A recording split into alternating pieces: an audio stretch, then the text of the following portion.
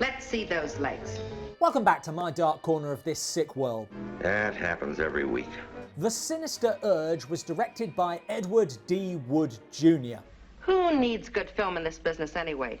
But this isn't about monsters, aliens, or Bela Lugosi. This is about... smut. Which is disappointing, but it's still Wood, so we still get posters from his films on the wall.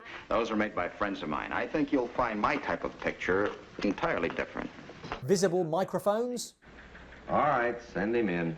And dialogue that veers between ponderous... Maybe she grew up during that moment of truth, because she died. And painfully hip. Don't try it, Daddy-o. Sometimes so hip that it has long since ceased to have any meaning.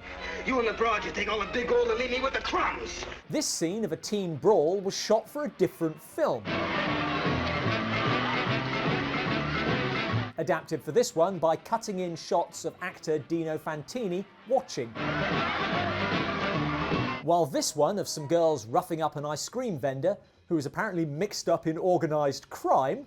I'm gonna push that ice cream right down his throat. Feels like it's from a different film, but apparently isn't. How about that? Put all that together, and you've got Wood. Oh, funny, funny. The film opens with the murder of a woman.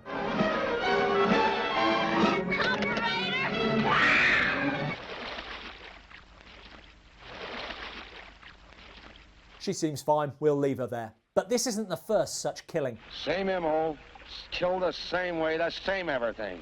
With one great difference. What's that? Her name will be different. All the victims have been actresses from a local porn outfit. The dirty picture racket can be directly connected to a good percentage of the major crimes in this city. Just how? And the film is a moral crusade against the damage done by these films. Show me a crime, and I can show you a picture that could have caused it. And in no way an excuse for some low-budget nudity.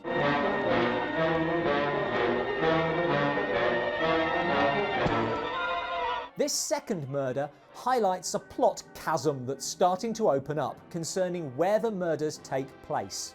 Same place, the park. Not just the same park, the same spot. And the next murder happens there too. How quiet does a park have to be for no one to notice this? Say, this park's filling up fast. With corpses, possibly, but the only other people to come to this park, besides killers and porn actresses, is the film unit itself. Okay, cut it, Chappie. Come on back, girls. Which does raise the question about why the girls will come here on their day off. I wouldn't put a woman in that position. That killer's a madman. And the larger question, is there a reason the cops haven't staked this place out, other than needing to make the film longer? Ah, he's right. This thing is dragging out. Finally, we'll put a sweater and skirt on a policeman.